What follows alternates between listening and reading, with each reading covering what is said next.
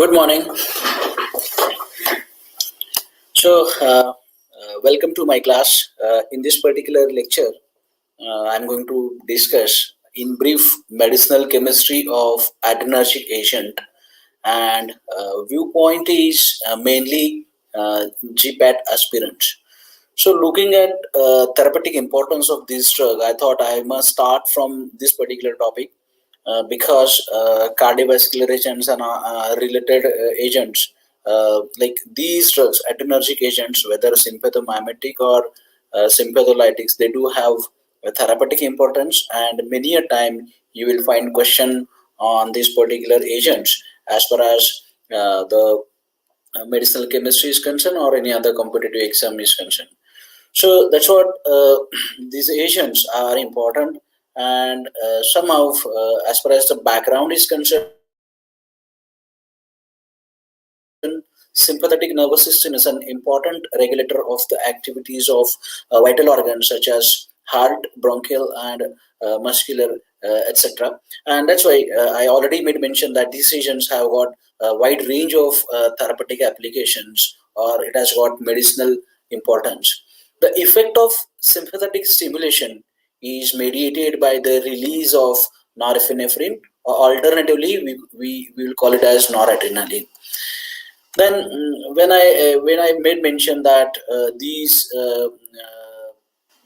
agents or stimulation of sympathetic system is made by norepinephrine or noradrenaline, like it is one of the catecholamines, and alternatively we call it as a biological amines.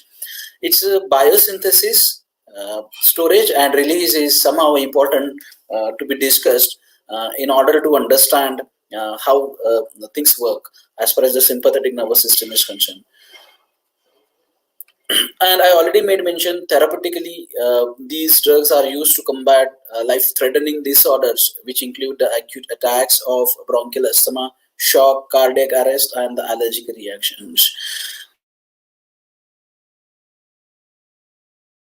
Further, adrenergic drugs, they mimicking the actions of norepinephrine or indirectly by stimulating the norepinephrine. Now, as far as the biosynthesis is concerned, I was talking about, and because somehow when we know that norepinephrine is the one which is responsible for the stimulation of these particular receptors, or rather, I would say system. So we must learn how it become biosynthesized, and many a time you will find question in not only in competitive exam, even it is there in your university exams. So for that point of view, this is important. And if you talk about catecholamines, though I am talking about norepinephrine, but there are many, and in one shot we will understand biosynthesis of all, right? So norepinephrine and related biological amines, their synthesis, biosynthesis, I must say, it starts from phenylalanine, followed by that it gets converted into tyrosine, then dopamine and norepinephrine. Many other intermediates are there. I will throw light on that, but the direct precursor of norepinephrine is dopamine.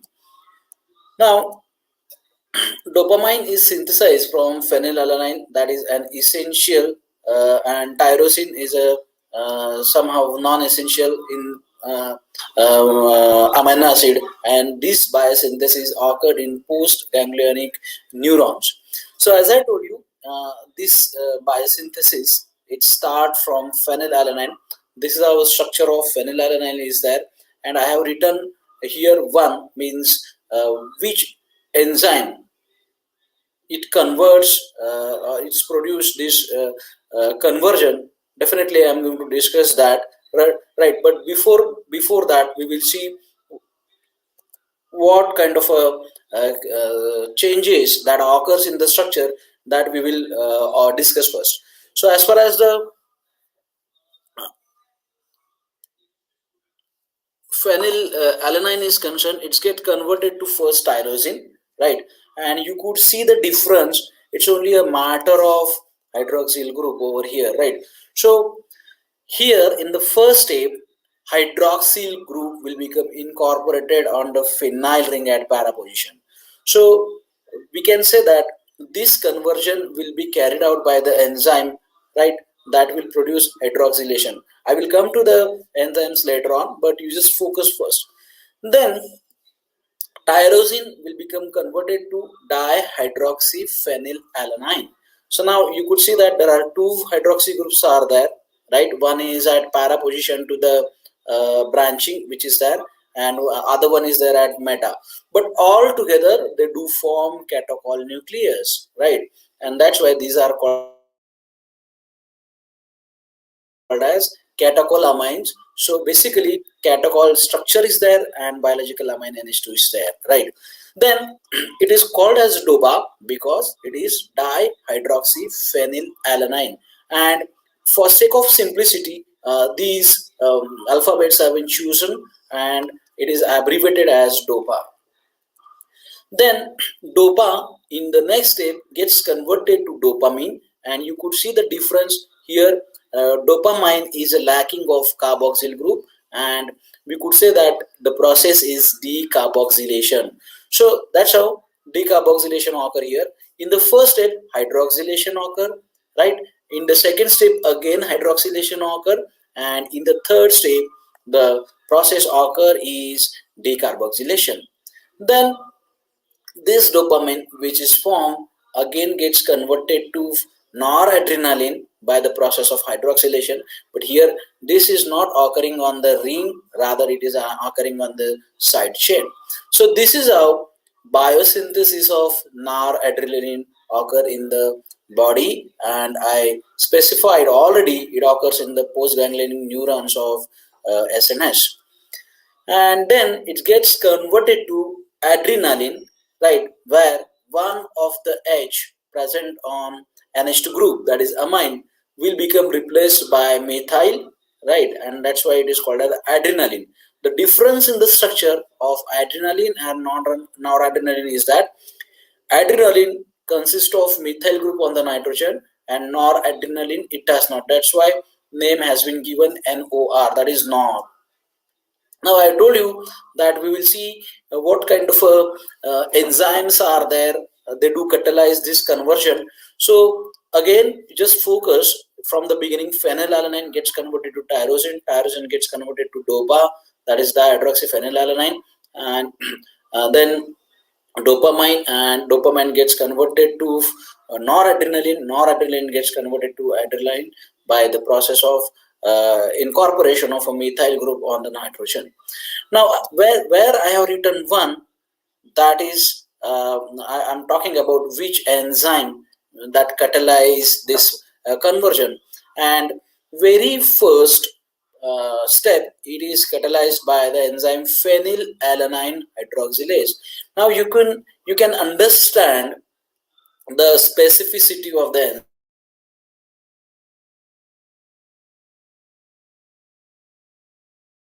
enzyme. So this process of hydroxylation, right? So this is how its role is, but substrate is very specific. So this enzyme is going to produce hydroxylation on only phenylalanine ring, not on phenylalanine amino acid, but not on any of the aromatic compound, right? So that's how its specificity is there. And I have written here, it converts phenylalanine into the tyrosine with a molecular oxygen, right? Now second conversion you can focus on, it is thyroxine hydroxylase. Again, it speaks about the specificity of the enzyme. It converts tyrosine into DOPA, and the process is hydroxylase. So role of this enzyme which catalyzes the second conversion is hydroxylation. And substrate, this enzyme is a substrate specific. It will produce hydroxylation of only tyrosine, and whatever catechol nucleus we were talking about, it is there. And that's why these uh, compounds, these are called as catecholamines, and they do possess NH2. They are amine in the nature.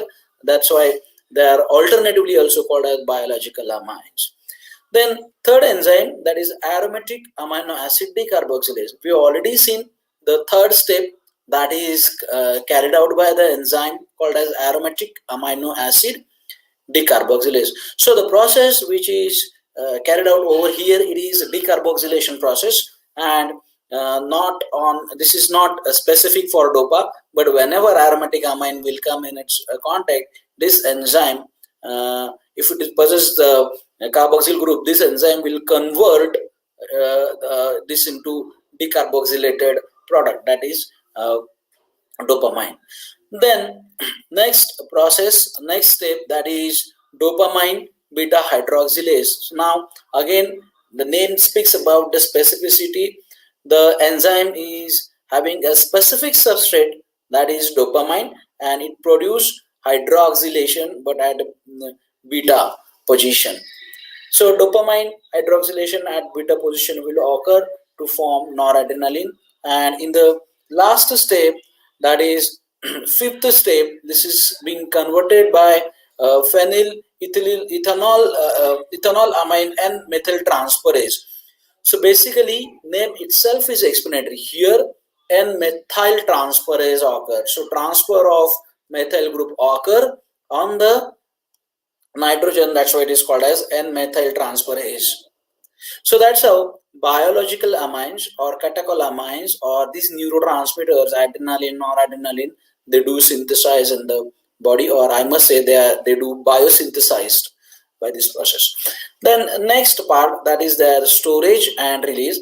As far as the storage is concerned, these biological amines, they formed in the adrenergic nerve ending remain stored in the vesicle in the form of a ATP complex, right? So they do remain there in the vesicles in the form of a complex. And as far as the release is concerned, the neurotransmitter are released by the inflow of calcium ions, and the inflow of calcium ion triggers the fusion of vesicle with the cell membrane, resulting in the process of exocytosis. So now you can see whatever released biological amines are there, once they do become released, they become bind to their respective receptor. I'm not going to talk here about the receptor, because in coming time, maybe in after 2-3 minutes, I'm going to speak about their receptor, and after the role has been overcome, they will be either metabolized, or there I will be there other process is there, that is the reuptake transport proteins are there. They will take these biological amine back into the vesicles. So this is how actions of biological amines, that is norepinephrine and other, that is 5-HT and DA, will be terminated. And before that, these are susceptible for metabolism by two enzymes, that is MAO and COMT, that is monoamine oxidase, which will oxidize NH2 into aldehyde group, and other one is COMT, that is catechol O methyl transferase. So we'll see this in detail. And as far as the metabolism is concerned, I'm given heading here metabolism of norepinephrine, but now we will discuss in detail about most of the biological amines. So as far as the metabolism is concerned, actions of adrenaline and noradrenaline is terminated by the two process. First one is by reuptake into the nerve terminal. So specialized proteins are there. These are called as the reuptake protein. They will take back these released biological amine into the vesicles, right? And second one is metabolic transformation. So here, by these two processes, these biological amines or catechol amines will become, or their action will become terminated, I must say.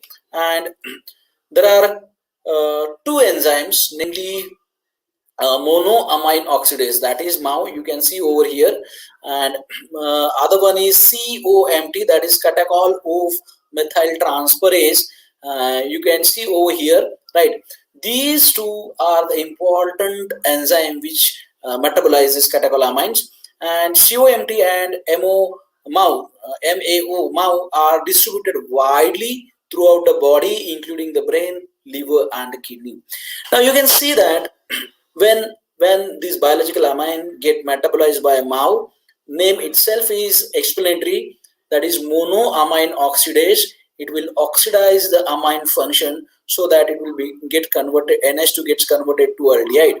And as far as the COMT is concerned, name itself is again explanatory, catechol of methyl transferase. So whenever catechol nucleus is there, you can see over here in case of epinephrine, so catechol nucleus, and here you can see that methyl group will become transferred. Now in this form, when you have got methyl group present over here, this is the metanephrine, and it is not able to bind with the respective receptor, and that's why this is not the one which is going to produce the biological response that is expected from catecholamines or biological amines. Then it is quite possible that these metanephrine, which has been formed by the action of COMT, again will be going to metabolize by the action of a MAO, and product form will be alpha methoxy 4 hydroxy mandelic acid. It is abbreviated as VMA. This is a standard abbreviation, you can use it. Now norepinephrine release is initially deaminated by MAO to 3,4-dihydroxyphenyl glucuronide, and those who I already made mention, this lecture is moreover for those who are aspirant of competitive exam like GBAT, and you can expect such kind of questions like name of metabolite or something like that.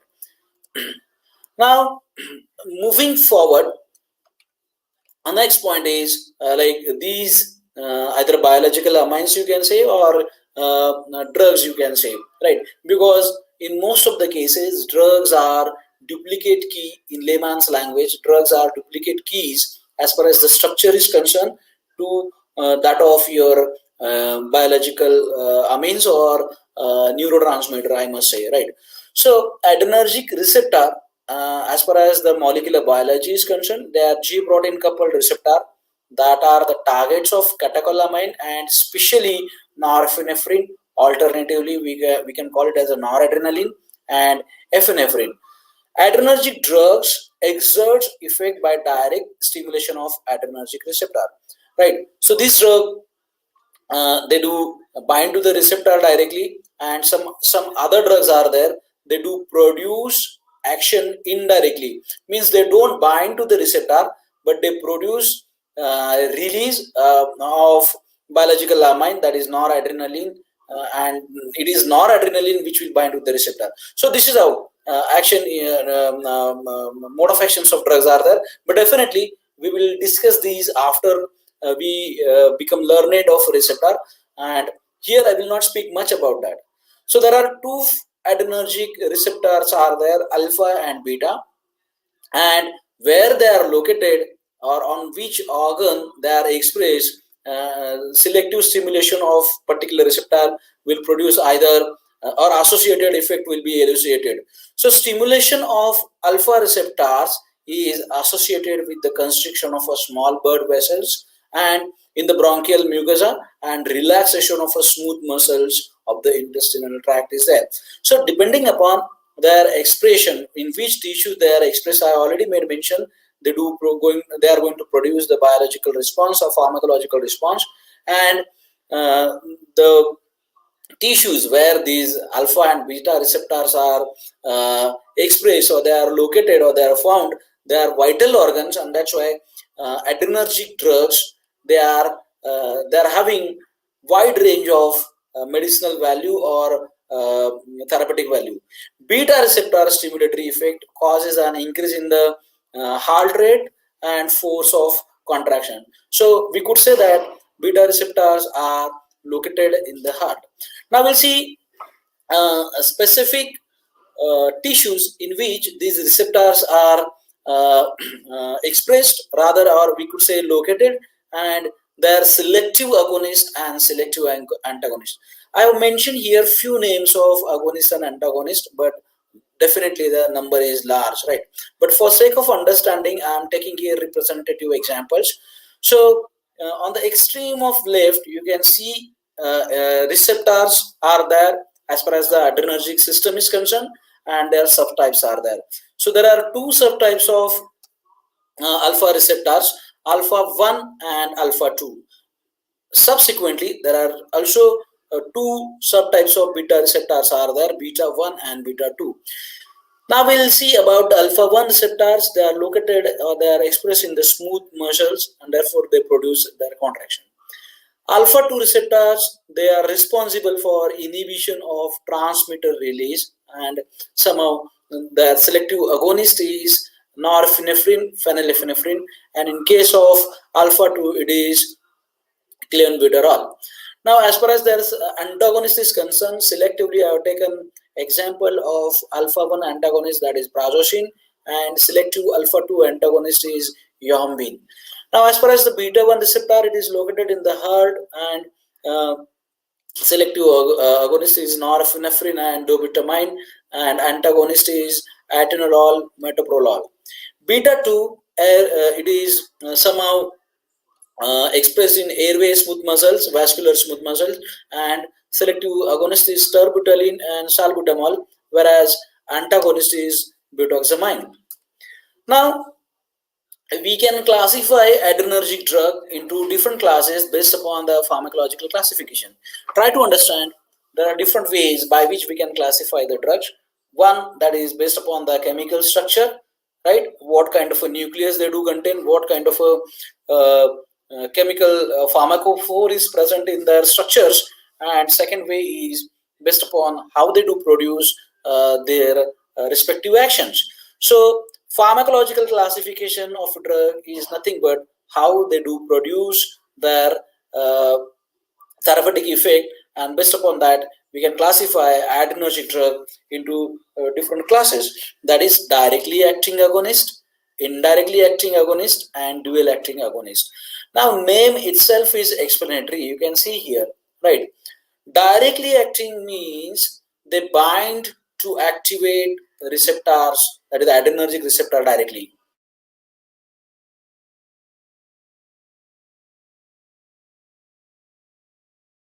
Means they will neurostructural resemblance, right? And not only your neurotransmitter like norepinephrine and epinephrine, but structurally similar drugs will also bind directly to the receptor. We will see the structural part or chemistry of those agents or agonists after a few minutes. Whereas some drugs are there, they do produce their action indirect manner. That's why they are called as indirectly acting. So they do not bind to the receptor directly. This is how, and that's why they are called as indirectly acting. They act by stimulating the norepinephrine release and preventing its reuptake. For example, amphetamine and cocaine. Whereas some drugs are there, they are dual acting, and somehow they bind to, means dual name itself is explanatory, they have a structural resemblance to the biological amines or neurotransmitter, that is norepinephrine or epinephrine, and at the same time they also because of let me complete first, because of the structural resemblance they will also bind to the receptor directly, and at the same time they also produce or they also stimulate norepinephrine release. So whatever norepinephrine which will be released, that will become bind to the adrenergic receptor. So that is how they are called as a dual agonist or dual acting. Now, as far as the classification of a drug based upon chemical structure is concerned, though I have written here classification of I'm going to discuss these not only in context to drugs, but also I will include some of the biological amines. So least will be not only drugs, but that also include some of the neurotransmitter, right? So don't mix up neurotransmitter or biological amines. They are integral part of the system. They are biosynthesized. These are not drug, right? And some drugs are there which are having structural resemblance with these biological amines, and they do therefore act on the receptor. So catecholamines, name itself is explanatory. I told you I'm not going to discuss only drugs, but those which binds to receptor, they include both neurotransmitter as well as drug. So now these agents like adrenaline, noradrenaline, and dopamine, we already learned of their structure, and you could see that there is a presence of catechol nucleus in all of these three, and at the same time, the amine functional group is there. Therefore, they are called as catechol and amine, right? And you can see I have used here one abbreviation and ID. So this is for sake of memorizing, right? This is not good way, but sometimes we do require tricks to memorize agents. So A stands for adrenaline, N stands for noradrenaline, and D stands for dopamine. Now one more is there, that is I and D, right? So I stands for isoprenaline and D stands for dobutamine. Now don't take it otherwise that there are only two drugs are there which acts as an agonist. List is huge number of a large number of compounds are there, but for sake of understanding, I chose two drugs as a representative. Right now, I already made mention before few minutes that these drugs, most of the times you can see structural resemblance will be there between drugs and their analogs, that is biological amines or neurotransmitter. And because of this, I use the term drugs are duplicate key of neurotransmitter in most of the cases. Why duplicate key? So from original key we trace out, right, and we fabricate the duplicate one, right? So this is how drugs which are there in front of you, isoprenaline and dobutamine, you can see that the portion which is present, or the chemical pharmacophore that is required for the binding with the receptor, it is overlapping. So catechol nucleus is there, and after the 2 carbon distance, nitrogen is there or amines is there. Here also catechol nucleus is there, after 2 carbon distance amine is there.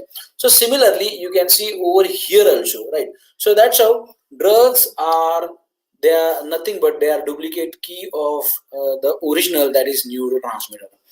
Now there are other drugs are there which do not contain catechol nucleus, but still they have got the ability to bind with the receptor, and they are called as non-catechol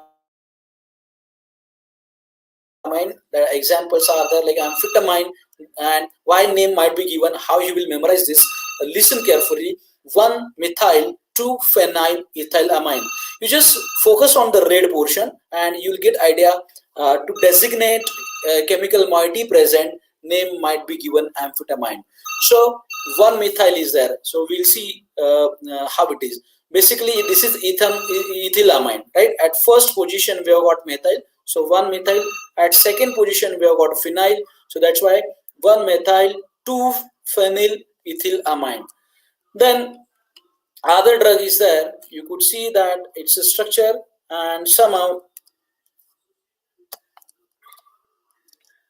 it has got stuck, I don't know how. Right, it is metaraminol, and now again same terminology, same analogy, not terminology, same analogy we can use here. It is at meta position hydroxyl group is there, try to understand. So position of hydroxyl group is meta with respect to side chain, that is ethyl amine side chain, and to designate that, and again it becomes a phenol. So meta aminophenol. So basically this is aminophenol, and that's why name has been given metaraminol. Then similarly ephedrine is there, another drug is there like salbutamol. Again I will guide you how to memorize this structure also,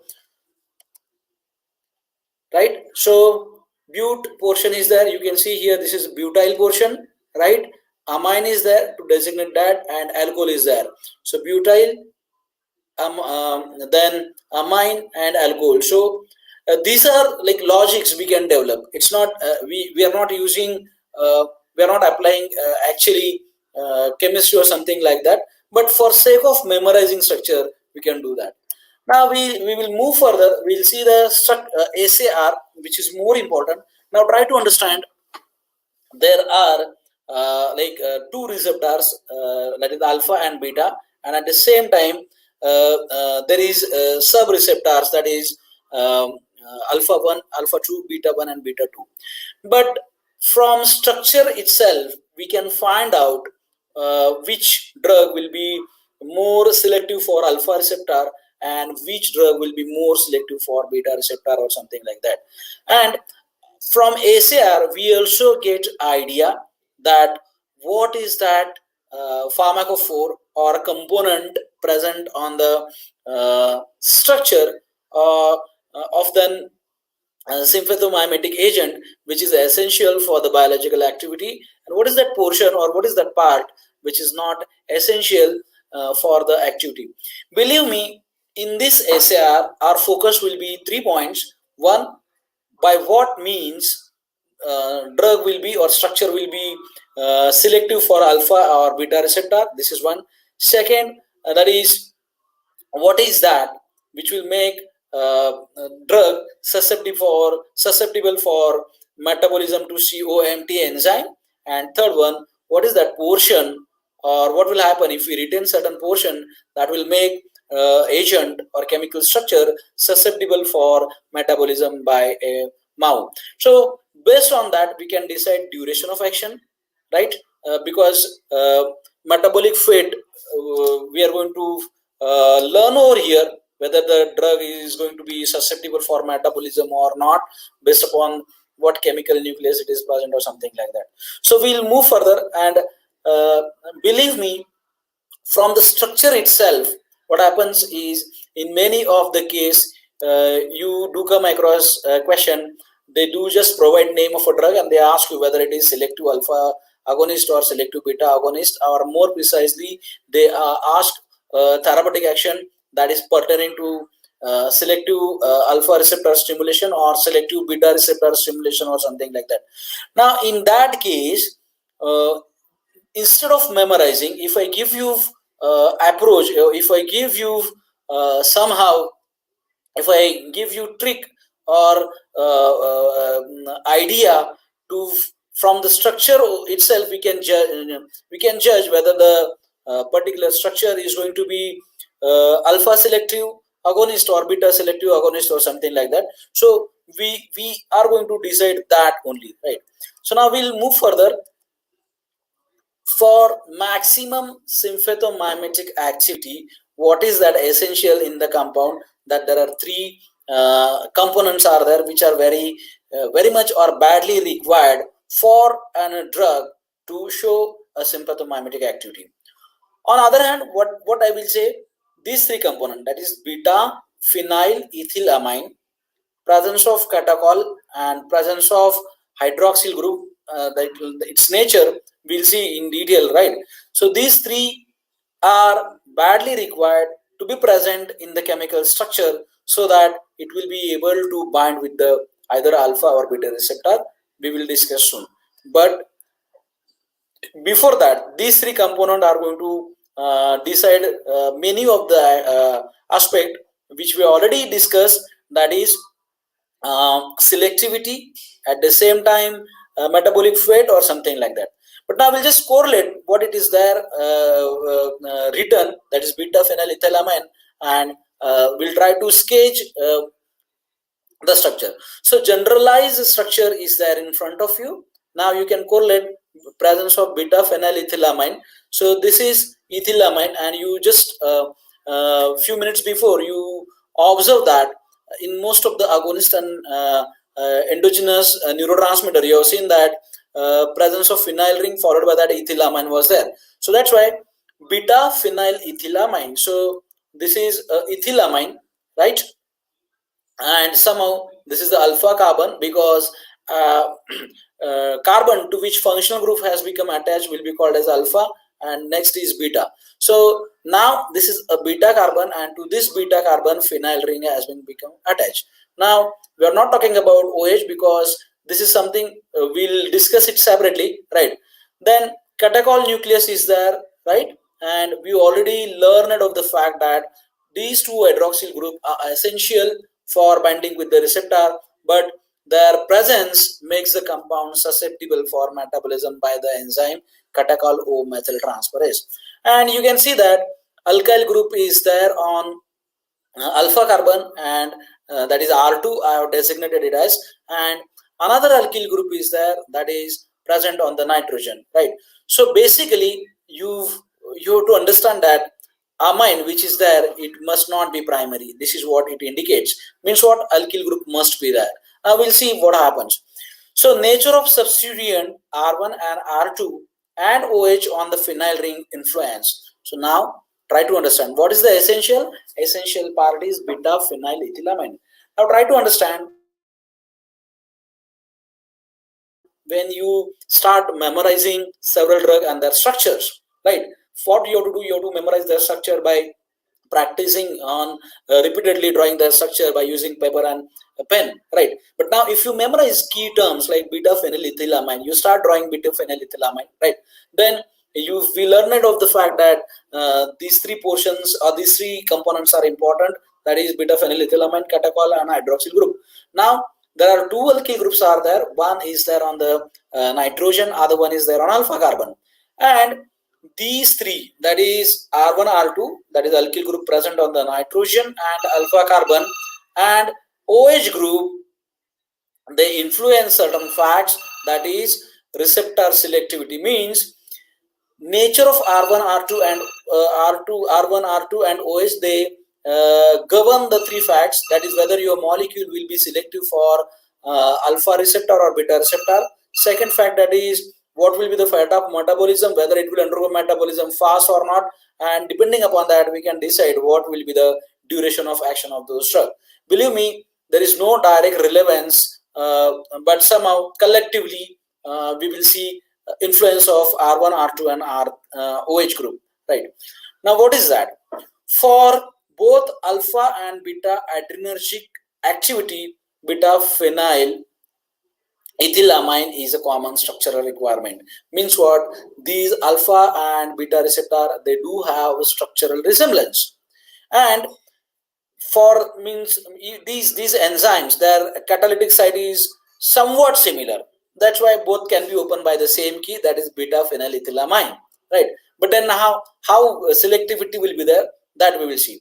Now we will see what will happen depending upon the nature of R1 on the nitrogen. R1 on the nitrogen is required for the adrenergic activity. Means what? There must be some alkyl group present on the nitrogen. If it is not there, these agent will not bind either with the alpha receptor or beta receptor.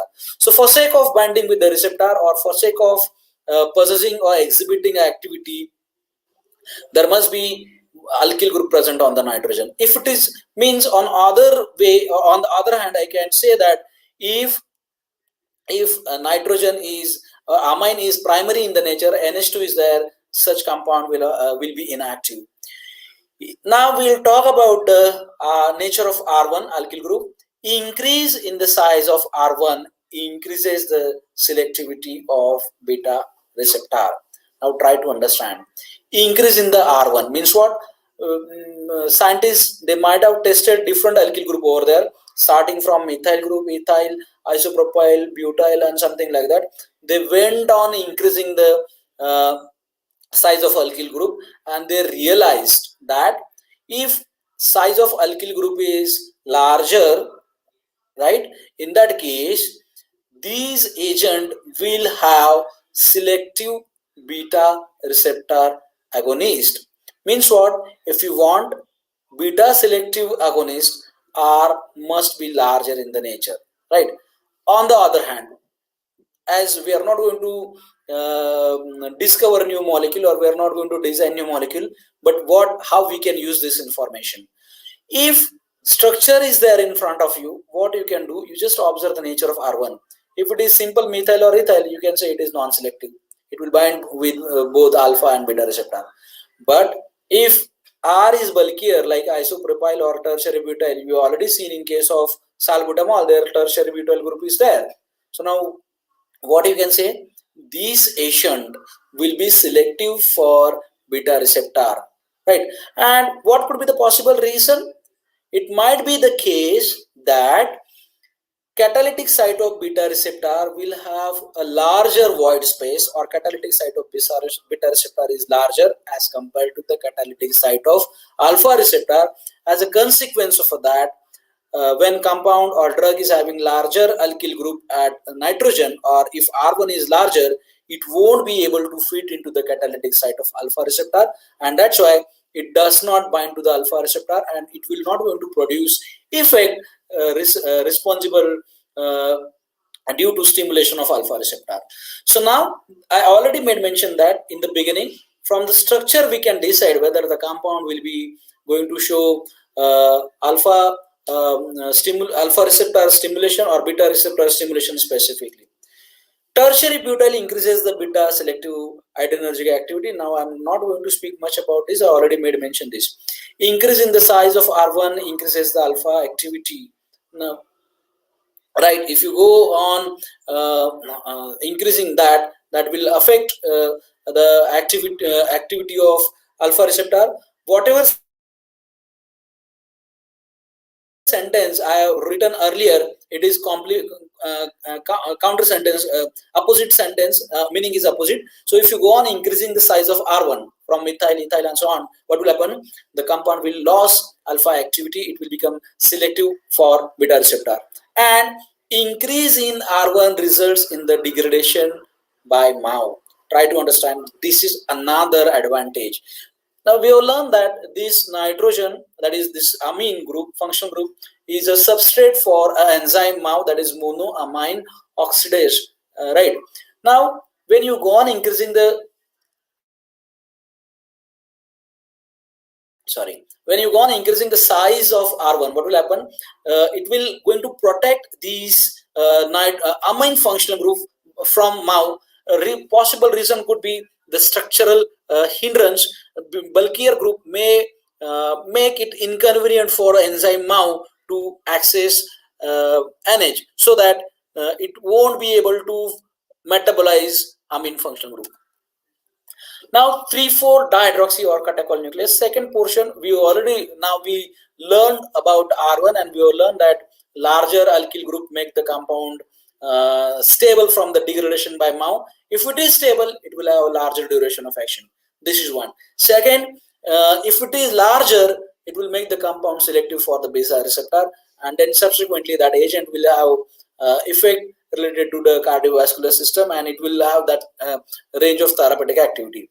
Now we are talking about the catechol nucleus. 3,4 dihydroxy required for the activity.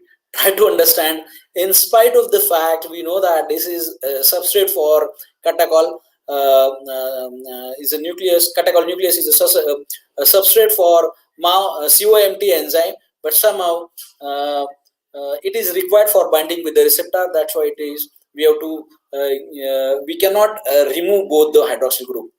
Removal of 3,4 dihydroxy results in the loss of both alpha and beta adrenergic activity. So we cannot remove that. This is important, right? Now we'll see what we can do.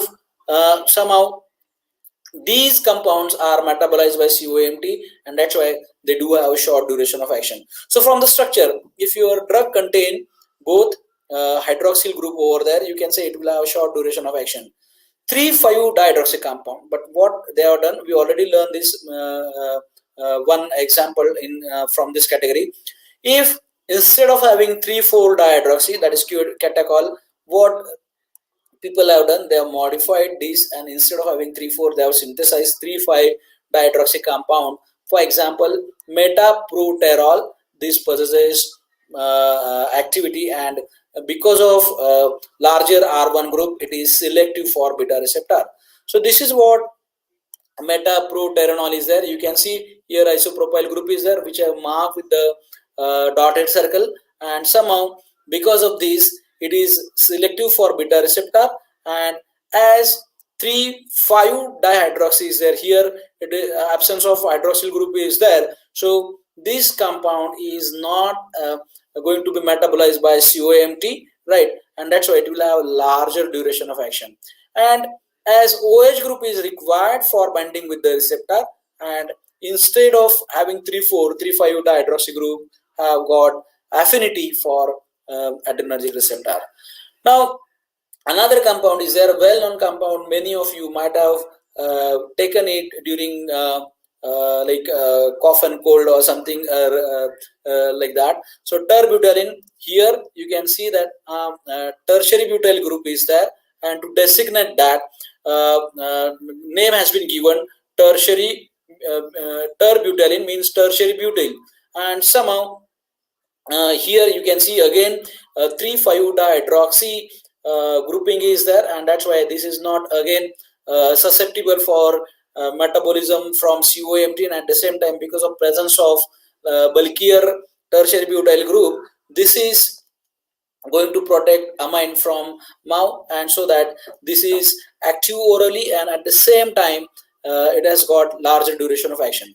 Now what happened in the exam, they do ask you, instead of asking this, they do give list of drugs and they ask you which one is having more duration of action or something like that, and then at that time we get confused, right? So if our basics are clear, if we learn medicinal chemistry at molecular level, at basic level, then you need not to memorize each and all the structure, right? You just need to apply chemistry what you learn. So we get the idea that this is the agent which will have more affinity for beta receptor than alpha, and that's why it has got higher beta receptor activity, and virtually it has no alpha receptor activity.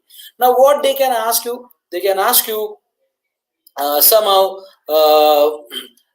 instead of asking the question whether this is beta active, this compound turbulent is having beta receptor activity or alpha receptor activity, what they will do, they will ask you therapeutic question based upon the therapeutic importance. Now, as it is not going to stimulate alpha receptor, it is not going to produce the activity related to the stimulation of alpha receptor, right? Now what you can do, you just recall the table which I given in the beginning, location of a receptor, where alpha receptors are located and which organ or in which tissue, and based upon that, agonism or antagonism of that receptor will produce the therapeutic value pertaining to organ or tissue where these receptors are located. So again,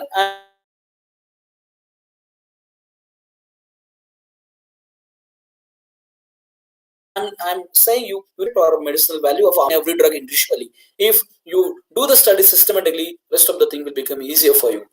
Then one more drug is there, that is albuterol, where 3CH2OH is there, and somehow this particular drug having instead of 3,4-dihydroxy, they included CH2 group in between phenyl ring and OH.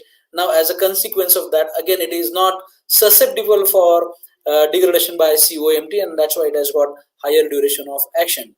So what we can say, 4OH is more important for beta activity. Try to understand, because in drugs where there is no 3OH group, right, or we will learn that in general, rather I could say in general, 4OH, presence of hydroxyl group at 4 position is required for the beta activity, whereas presence of 3-hydroxy group is more important for alpha activity.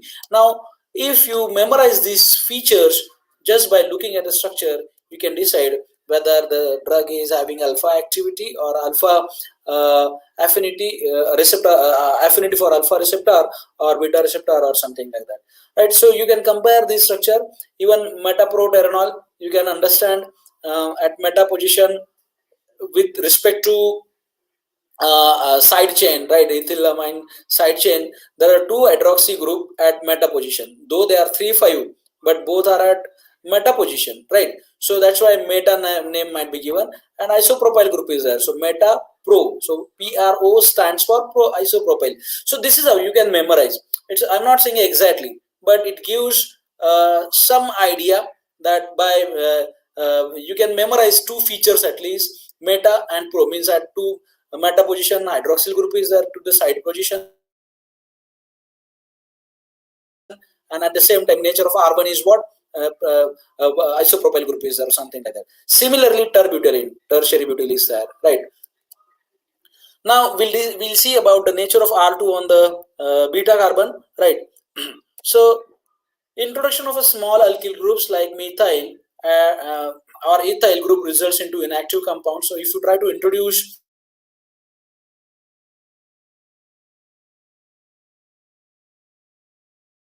alkyl group at beta carbon compounds, right? But enzyme MAO, but not by COMT. It is quite obvious when you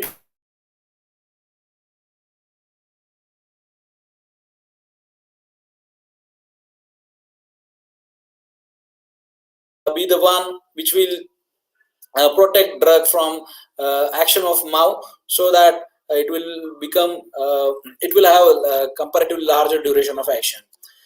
Ethyl group makes compound more beta selective. This is one more fact. If you try to introduce ethyl group, again drug will be more selective for beta receptor. Reason could be again same, catalytic site of beta receptor is larger as compared to the alpha receptor. Introduction of higher group results into inactive compounds. But if you go on increasing the alkyl size over there, so if you go on increasing the nature of R2 group at alpha carbon, what will happen? Up to ethyl compounds are active, but beyond that compounds are inactive. Probable reason is these agent will not be able to fit into the both alpha as well as beta receptors. That's all about the adrenergic agent. I choose this topic because of therapeutic importance, and at the same time many agents are there, and so I felt that student, they do get confused in between the structures and their medicinal importance or pharmacological importance, something like that. But uh, now hope this lecture will help you in deciding whether the compound will have alpha selectivity or beta selectivity, or uh, uh, respective pharmacological action or something like that. So that's all about. Now I will end my lecture. I will rest my case. Thank you. Good day.